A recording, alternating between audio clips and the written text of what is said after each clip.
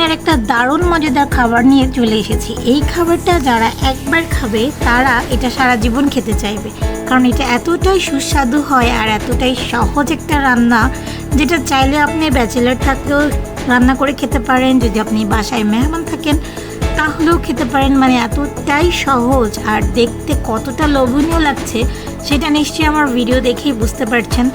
আর এইটা যখন রান্না করা হবে চারিদিকে গন্ধ পুরো মো করবে, এতটাই মজা হয়।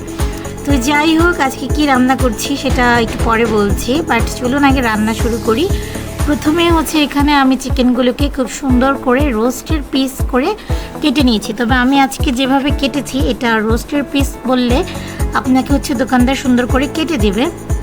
আর তারপরে চিকেনগুলোর উপরে আমি একদম একটুখানি চিড়ে চিড়ে দিয়েছিলাম, প্রত্যেকটা পিসের উপরে দিয়েছি যাতে করে সেটা ভাজার সময় দেখতে খুবই সুন্দর লাগে আর এমনিতেও ভেতর থেকে একেবারে পারফেক্টলি কুক হয়ে যাবে। তারপরে আমি অপর দিকে একটা চুলার মধ্যে হচ্ছে এখানে কড়াই বসিয়ে তাতে তেল দিয়ে সামান্য পরিমাণে ঘি দিয়েছি। যদি আপনার বাসায় ঘি না থাকে তাহলে ঘিটা অ্যাভয়েড করতে পারেন, আর যদি আপনার বাসায় বাটার থাকে তাহলে এখানে আপনি বাটারও দিতে পারেন, কোনো সমস্যা নেই, বরঞ্চ টেস্ট আরও বেড়ে যাবে।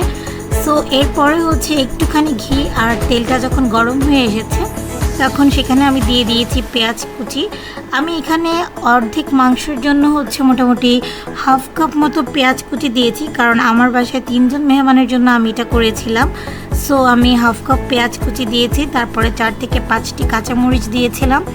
আমি এখানে হলুদের ব্যবহারটা করিনি, চিকেনটা ভাজার সময় আমি হলুদ দিয়ে নিয়েছিলাম। এরপরে আমি এটার মধ্যে হচ্ছে কিশমিশ বাটা দিয়েছি, কাজু বাদাম বাটা দিয়েছি, তারপরে হচ্ছে কাঠবাদাম বাটা দিয়েছি। তবে হ্যাঁ, যদি আপনার বাসায় 3টা বাদামের কোনো বাদামই না থাকে আপনি চাইলে চীনা বাদামও দিতে পারেন, আর যদি বাদাম নাও থাকে তাহলেও কোনো সমস্যা নেই, আপনি এখানটায় বাদামের পার্টটি স্কিপ করতে পারেন।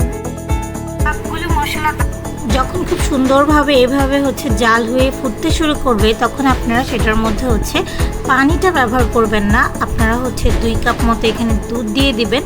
এই দুধটা হচ্ছে আপনারা লিকুইড দুধ দিতে পারেন, অথবা আপনারা চাইলে হচ্ছে গুঁড়া দুধ কিনে সেটা কাপে গরম পানিতে আগে গুলিয়ে তারপরে হচ্ছে এই তেল অথবা বাটারের যে মিশ্রণটা আছে সেখানে দেবেন। আর এর মধ্যে আপনি হচ্ছে সামান্য পরিমাণে একেবারে সেটা হচ্ছে আদা বাটা দিবেন, রসুন বাটা দিবেন। তবে রসুন বাটার পরিমাণটা একটু বেশি দেবেন, তাতে করে এটার স্মেলটা খুব সুন্দর আসবে। আমার কাছে ধনিয়া পাতা ছিল না, তাই আমি আসলে ধনিয়া পাতাটা উপর থেকে দিয়ে সার্ভ করতে পারিনি।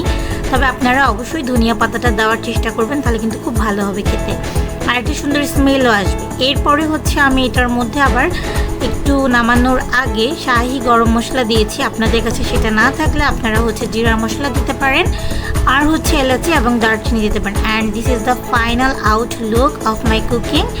সো কেমন লেগেছে আজকের রান্নাটা? আমি কিন্তু ব্যাচেলরদের জন্য, ইভেন যারা বাসায় রান্না করবেন তাদের 2 জনের জন্যই হচ্ছে পুরো রেসিপিটা সুন্দর করে বলে দিয়েছি। আপনাদের কাছে কেমন লেগেছে কমেন্ট করে জানাবেন, আর বাসায় রান্না করে অবশ্যই টেস্ট করে বলবেন যে কেমন হয়েছে।